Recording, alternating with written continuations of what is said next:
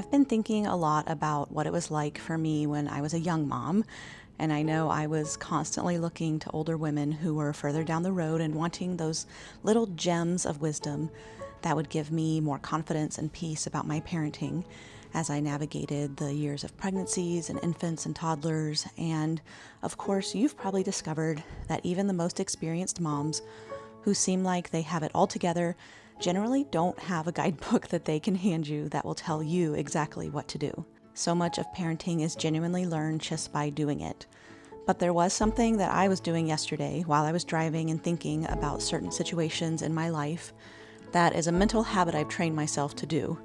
And I realize it's not just benefited my children, but it has benefited all of my friendships and relationships.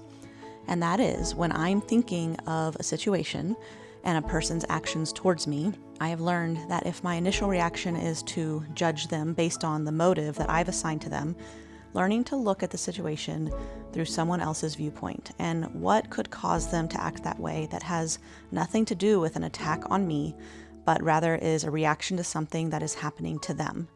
And it's a muscle in my mind I've had to train, and while I'm not in great physical condition, this part of my mind has become so fast at flipping my view of a person's actions that I almost don't even notice it's happening anymore. So let's take it back down to where it all started for me, and that was with my young children, my babies and toddlers.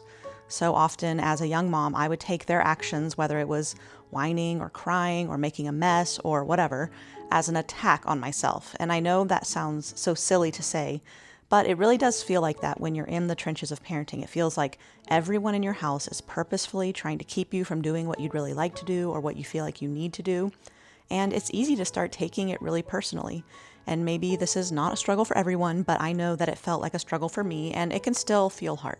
So the baby isn't screaming all night just to make my life miserable, even though sometimes my nervous system can feel like it is. They are miserable or sick or hurting, and they just are reacting the same way I probably would if I were in pain and helpless.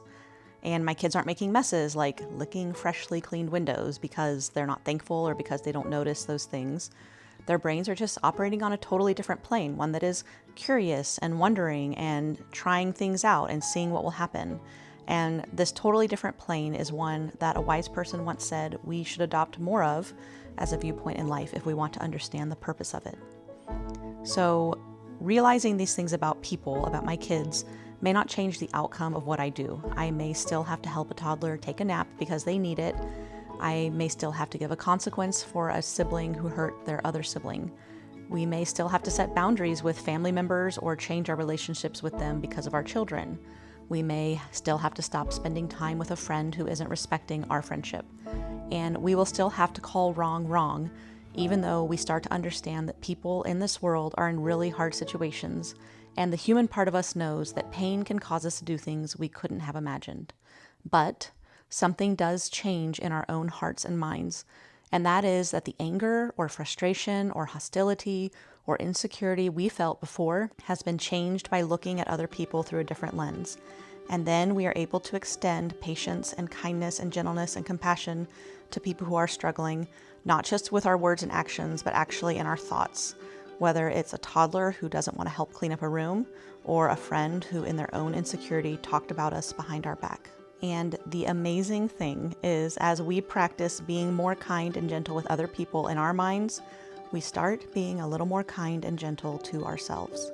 I know on the internet it seems like there are a ton of moms out there who have it all together and are totally confident in what they're doing, but based on all of the mothers I know in real life, I would say that we are all constantly questioning if what we're doing is right for our children and right for our family and right for the world. We all have different ways of combating that insecurity, and some of us get super controlling and think that if we can just find the right formula for parenting or do everything a certain way, that we will finally get that peace that we are looking for about our parenting. And some of us just give up instead and feel like there's not even a point in trying and stop making decisions out of hope and start making decisions out of defeat. And others of us are constantly looking for a person who will give us what we need: affirmation, a pat on the back, and recognition that we're doing a good job. But the truth is, there is no human being who is going to perfectly understand our parenting situation and understand our kids that we love with all our hearts. And so I would encourage you to join me in doing the really hard and quiet work of setting down the cleaning list and the parenting book and the expectations other people have placed on us and our kids, and that we've slowly taken on as burdens, and realize that your child is a person full of life and wonder and ideas, and they deserve to have a place in the world and a place in our home where the adults in their lives learn to see things like a child and their different way of doing and seeing things, and to be valued for who they are and where they are at in their journey in life. I don't think life-changing motherhood happens in the type of school we do or the food we feed our kids or the way we approach medicine.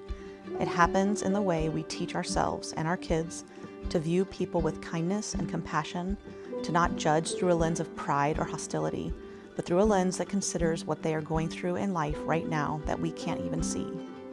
And this kindness and compassion, we do know, is changing the world.